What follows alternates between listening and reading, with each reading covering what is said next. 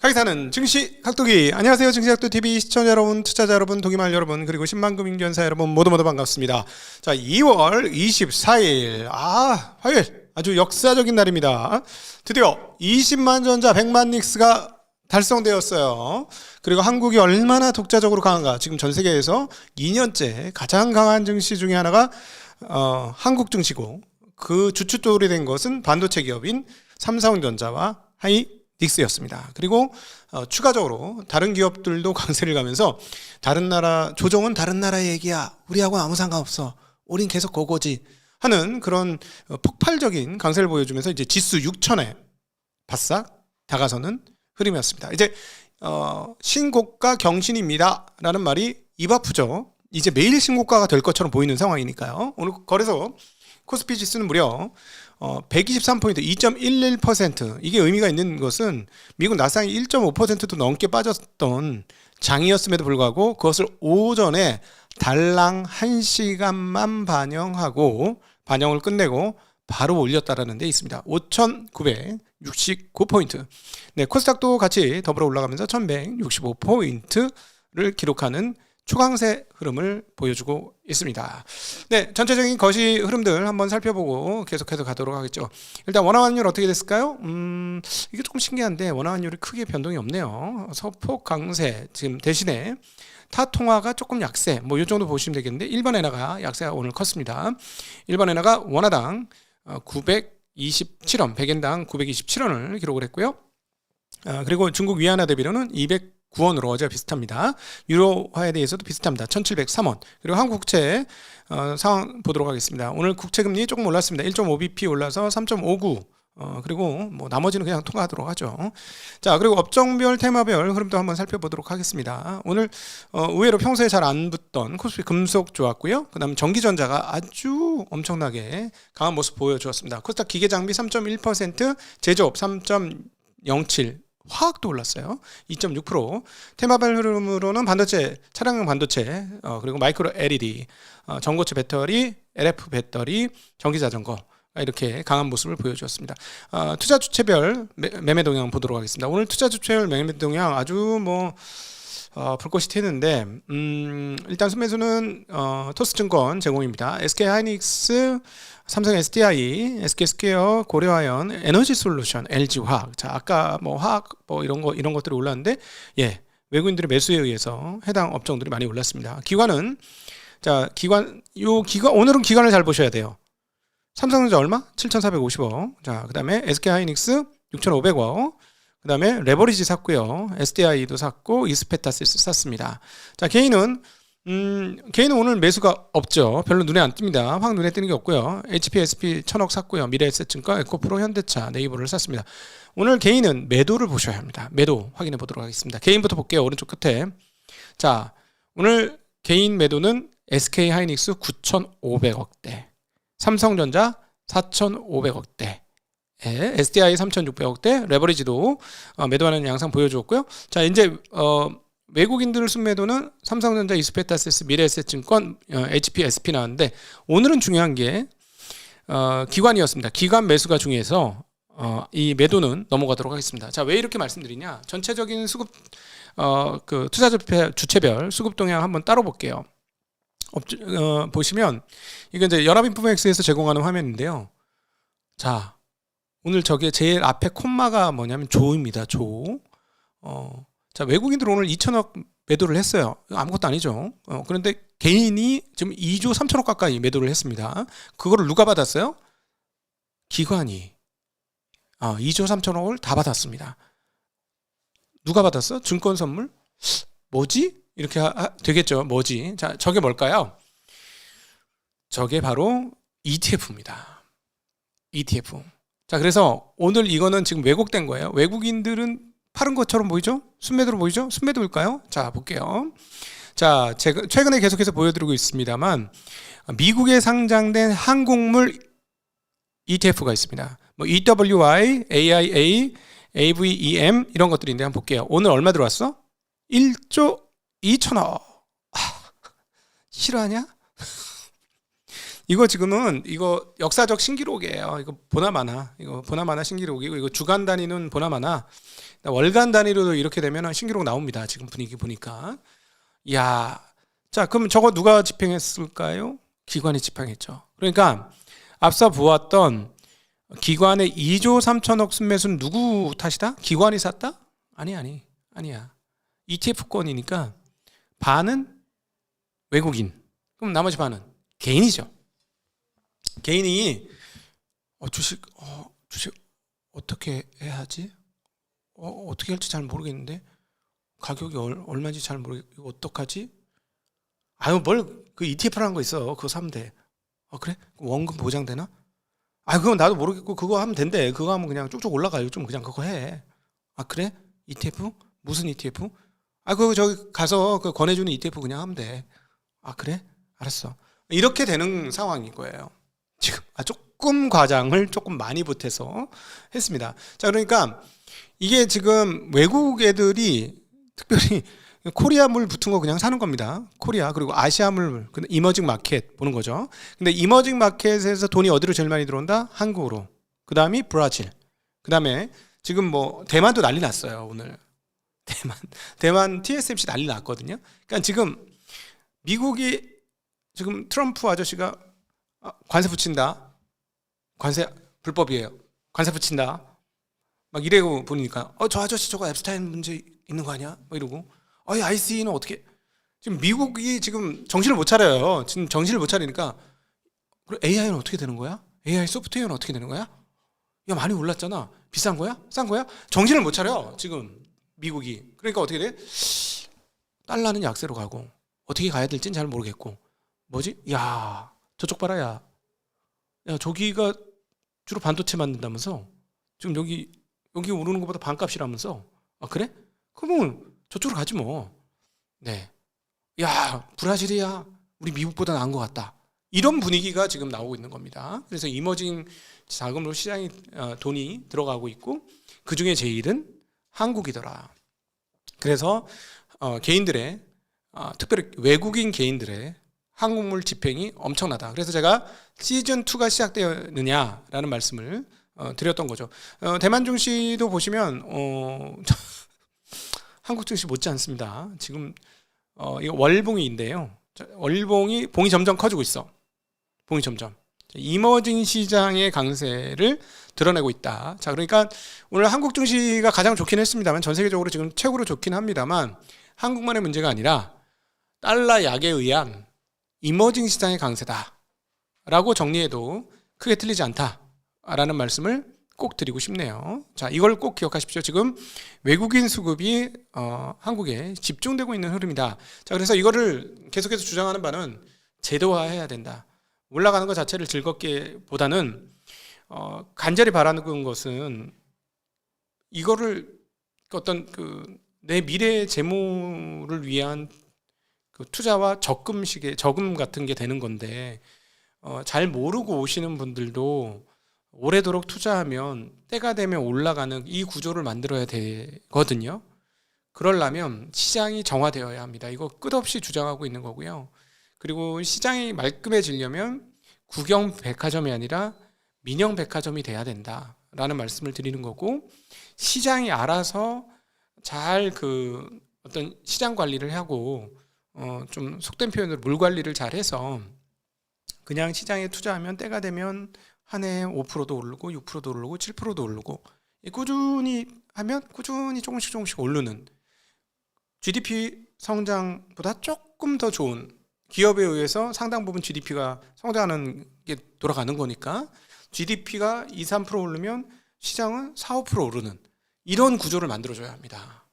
예, 이게 진정한 생산적 금융이고 이걸 꼭 만들었으면 좋겠습니다. 그래서 고민 많이 안 하고 생각 많이 안 해도 한국 주식시장은 좋으니까, 한국이라는 나라를 믿으니까. 나 이게 워렌 버핏이 맨날 이 얘기했어요. 너무 부러운 거야. 워렌 버핏이 제일 큰 행운이 뭡니까? 이러니까 제가 미국에서 태어난 게 제일 큰 행운입니다. 전 다시 태어나도 미국에 태어나고 싶어요. 제가 이렇게 된 것은 미국에서 태어났기 때문입니다. 이 얘기를 계속 하거든요, 버핏이. 우리도 그런 얘기 좀 했으면 좋겠어요. 헬조선 이게 아니고 한국에서 태어나서 제가 이렇게 지낼 수 있었어요. 뭐 이런 이야기를 할 수 있으면 얼마나 좋을까 하는 생각이 듭니다. 주식시장이 잘 돼야 그게 되는데 이제는 잘 되고 있으니 구조화시키자라는 말씀을 다시 한번 강조해서 드리고 싶습니다. 자, 이런 구조화 방안 중에 하나죠. 어제 저희가 방송 이후에 그 법사위에서 상법 개정이 3차 상법 개정안이 통과되었습니다. 이번 3차 상법 개정안은 아시다시피 자사주 소각 의무화를 담고 있습니다. 그런데 이게 사실은 뭐 알아서 해줬으면 좋겠는데 알아서 못 해줘서 제발 좀 알아서 해주면 좋겠는데 알아서 못 하니까 이게 법까지 만들었게 됐는데 실제로 이거 시즌 2네 이거. 다주택자 시즌 2네. 자사주 소각을 한 기업들의 주가를 보면 아주 좋아요. 그리고 저도 오늘 조금 이따 보여드릴 그 기업들 중에 한 기업을 공부를 열심히 했는데 생각보다 주가 너무 많이 오른 거야. 근데 너무 매력적으로 보이는 거야. 올랐는데도. 네, 한번 볼게요. 최근에 자사주 소각을 공시한 코스피사가 34개인데 그중에 이제 눈에 띄는 대표 기업들 자사주 소각 공시 기업의 1개월간의 주가 흐름입니다. 보시면 요즘에 이제 붐을 잘 타서 더 이렇게 많이 올라가긴 했습니다만 주가가 많이 올랐어요. 그렇죠? 메리츠 금융 같은 경우는 지금 주가가 저렴하진 않은데도 불구하고 꽤 많이 올랐고요. 현대 GF는 몇 가지가 있습니다. 홈쇼핑하고 아주 주주 조금 친화적인 주식 교환을 했습니다. 보통은 상장할 때 개인 소액 주주들 뒤통수 빵 때리고 대주주만 좋게 하는 경우도 있었는데 현대 GF는 저기입니다. 현대 백화점 그룹이에요. 현대 백화점 그룹의 홀딩스 지주회사인데 상당히 홈쇼핑하고의 주식 교환도 잘했고 그다음 주주환원도 상당히 많이 발표했습니다. 그러고 나니까 무려 주가가 78%나 올랐고요.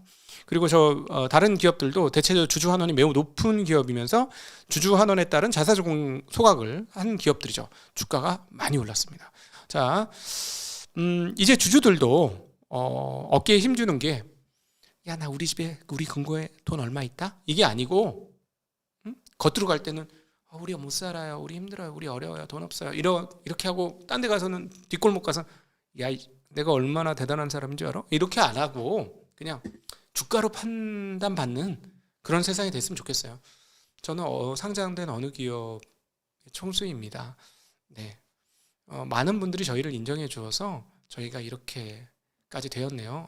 저희가 한국의 대표 기업이 되었어요. 소매 기업이 되었어요. 감사하게 생각합니다. 뭐 이런 거, 그러니까 어디 콘크리트에서 트로피 찾지 말고 기업의 자체적인 인정받음, 그게 곧 주가 아니겠습니까? 예, 기업이 인정받는 주가로 표현되는 거잖아요. 그렇게 인정받아서 그것이 트로피가 되는 그런 일이 좀 있었으면 하는 바람이고 그 중에 가장 강력한 방법 중에 하나가 보셨다시피 자사주 소각입니다. 3차 상법 개정 아니더라도 알아서 자사주 소각을 하는 한국의 기업들이 되기를 소망해 봅니다. 자, 다음 대형마트의 새벽 배송 관련해서 논란이 첨예화되고 있다는 소식입니다. 이게 이제 그동안에 새벽 배송 우리가 이제 쿠팡권으로 인해서 대형마트가 쿠팡처럼 새벽 배송을 할 수 있도록 그렇게 하겠다 했는데 이게 지금 논란이 있습니다. 어디 때문에? 기존 레가시 시장 때문에 그렇습니다. 그래서 이게 지금 정부에서는 너무 저항이 거세다 보니까 새벽 배송을 하는데 단 신선 제품은 제외하자라고 하면서 대형 마트의 새벽 배송 허용을 추진 중이라는 소식입니다.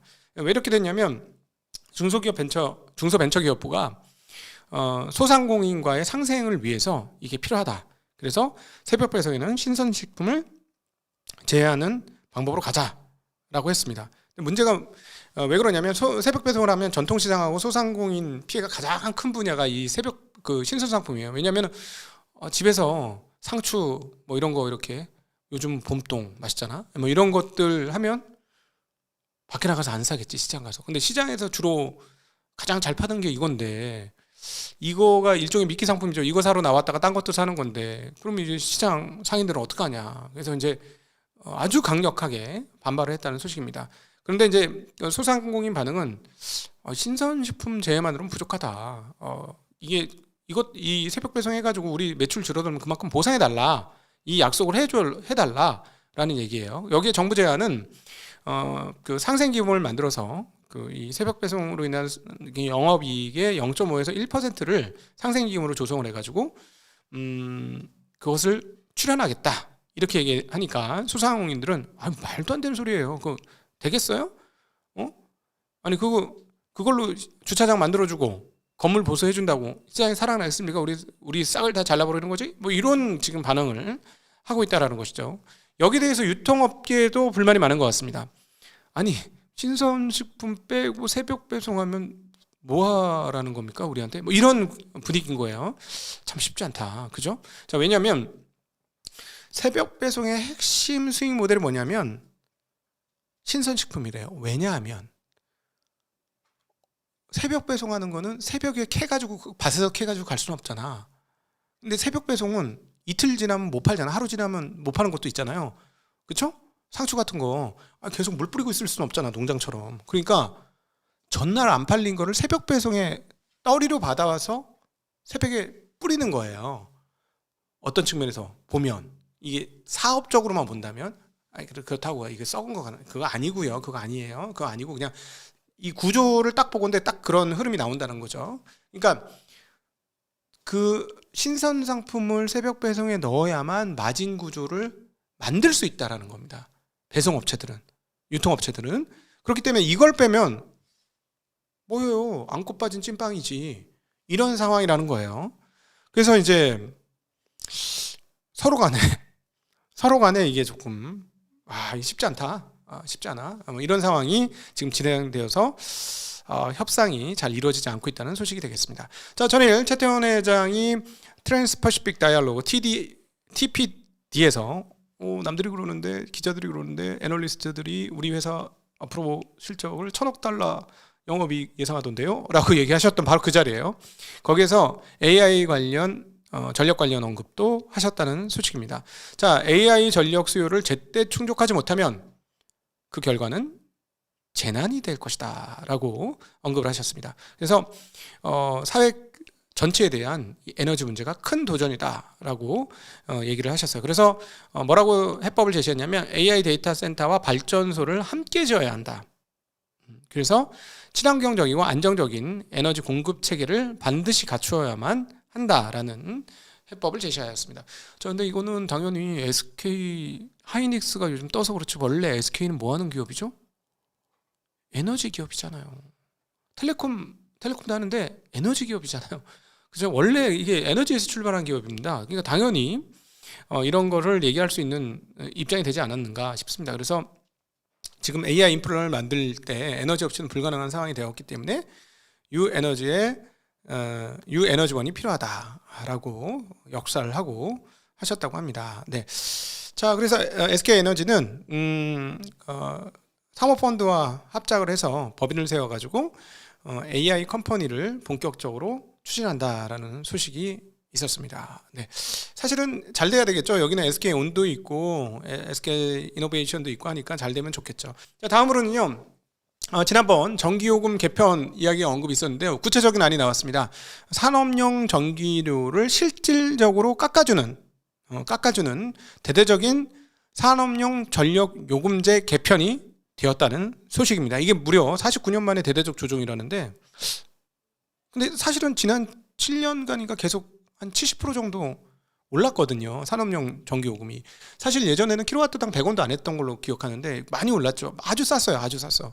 그래가지고 우리나라 뭐 태양광 폴리실리콘도 만들고 그다음 전기로도 만들고 했던 것이 다 전기로가 쌌었기 때문이고, 그 당시에 그럼 누가 돈을 많이 지불을 했냐? 가게들이 지불을 많이 했죠.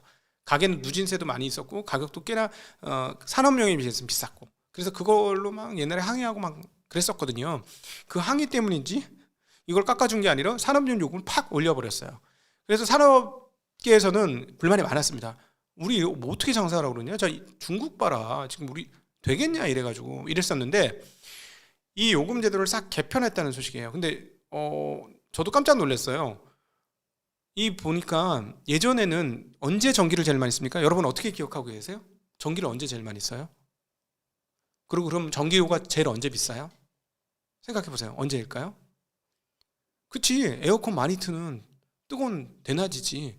그죠? 그래가지고 맨날 여름마다 막 뭐 이렇게 블랙아웃 된다는 둥 뭐 이런 얘기 있었잖아요. 근데 그게 아니라는 겁니다. 예. 그게 아니에요.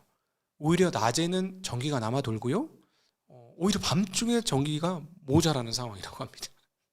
놀랍죠? 그래서 산업용 전력 요금제를 바꿨습니다. 보시면은 자 보시면 그 여름철 6월부터 8월, 그다음 봄 가을철, 그다음 겨울철 이렇게 나눴는데요.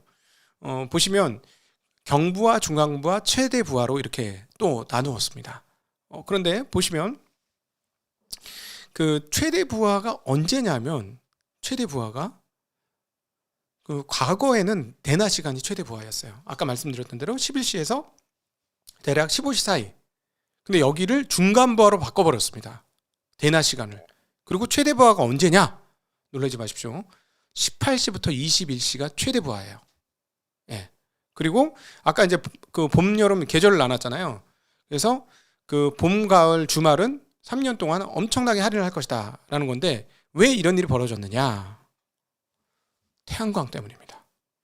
태양광이 확대가 되면서 하기야 그 저기 제가 사는 시골에는 여기저기 다 달려 있거든요. 우리 집은 3개나 달려. 우리는 9kW야. 그러니까 여러 개가 다 달리니까 어떻게 되냐? 태양광 발전이 많아서 한낮에 전력이 과잉된다라고 합니다. 야, 그러니까 이게 제가 이걸 보면서 다시 한번 느끼는 게 뭐냐면 우리 인간은 뇌에 들어온 데이터를 한번 들어오면 안 바꾸고 편하게 그냥 알고 있어요. 세상이 이렇게 바뀐 줄 몰랐던 거지. 그렇죠? 그래서 주식을 잘하려면 머릿속에 있는 데이터 값을 계속 갈아엎어야 돼. 세상이 새롭게 바뀐다는 걸 계속 인식해야만 주식 투자를 잘할 수 있어. 예?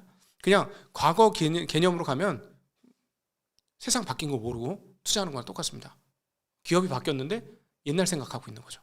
그러니까 항상 생각을 바꿔야 된다는 걸 다시 한번 요걸 보면서도 상당히 크게 느낍니다. 자, 그러면 업종별로 한번 영향을 살펴보면요.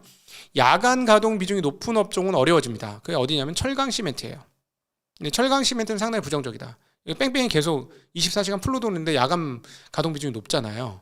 여기가 좀 좋지 않고. 반면에 석유화학은 24시간 꾸준히 되는데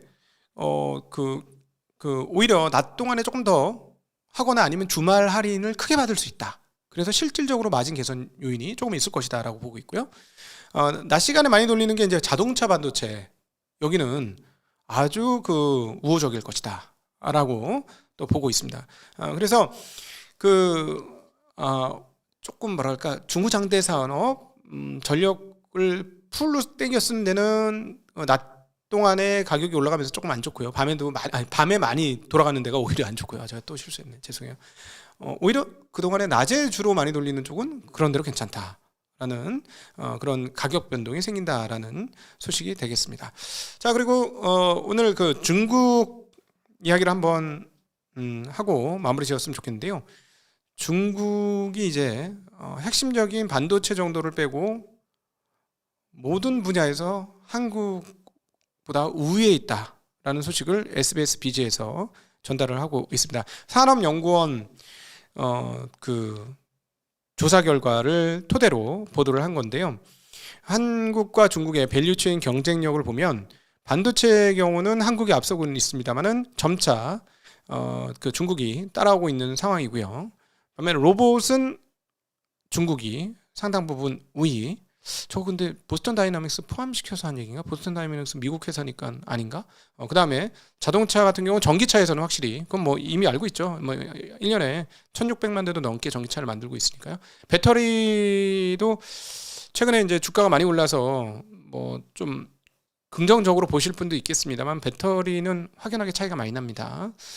일단 회사 사이즈와 수가 압도적으로 차이가 많이 나요. 왜냐하면 1600만 대 전기차 만드는데 배터리 만들어줘야 되니까 규모 면에서 차이가 큽니다. 자율주행 관련해서도 저기는 이제 지금 거의 전 회사가 막 자율주행 막 돌리고 있거든요. 저희는 저거 2년 전에 가서 이미 확인을 했는데 이미 그 자율주행 차들이 상당히 많이 다니고 있어요, 시내에. 그런 것들을 감안해 보면 그것도 중국이 우위다. 그래서 예전만 같지 않다. 예전에는 사실 우리한테 저기 재료 사 가지고 물건 만들고 그냥 완제품 만드는 그런 곳이었고, 첨단 쪽은 아예 생각도 못 했는데 상당히 많이 달라졌다라고 볼 수가 있겠죠. 자 그리고 오늘 정말 축하할 날인데, 제가 이제 저희 함께하고 계시는 고객분들께 작년도 연말부터 이렇게 했어요. 삼성전자 10만 원 돌파하고 이럴 때 그분들에게는 제 생각에는 삼성전자가 좋은데 15만 원까지는 무난히 갈 것 같은데 저 20만 원까지 자신을 못 하겠거든요. 그러면서 전 대신에 다른 걸로 사드릴게요. 다른 걸로 사드리겠습니다. 이렇게 말씀드리고, 뭐 제가 20만 원 간다면 제가 틀린 거긴 하겠습니다만은 15만 원까지 갈 것 같은 20만 원 모르겠어요. 이러면서 진짜 다른 걸로 사드렸어요. 그래서 다른 것도 수익이 꽤 나긴 했어. 안 난 건 아닌데 그래도 사가드립니다. 얼마나 서운하시겠어. 그렇다고 제가 삼성전자가 없는 건 아닙니다. 기존에 삼성전자 갖고 계신 분은 상당히 그대로 줄이긴 했습니다만 아직도 꽤나 가지고 있다는 점 말씀드리고요. 자, 증시학도 TV에서 함께 하실 프로듀서 PD 분을 모십니다. 의욕이 가득하시고, 그리고 저희 증시학도 TV를 잘 이해하고 계시며 함께 성장하고 계시고, 당연히 PD 일을 하실 수 있는 분이셔야 되겠죠. PD 일을 못 하시는데 그냥 의욕만 가지고 오시면 안 되고요. 그럼 서로 곤란하잖아. 네. 그런 분들 꼭 저희에게 지원해 주셨으면 좋겠습니다. 저희가 커뮤니티 나란에 그 글을 올려놓도록 하겠으니까 많은 지원 부탁드리겠습니다. 오늘도 함께 해주셔서 진심으로 감사합니다. 행복한 오후 되십시오. 안녕.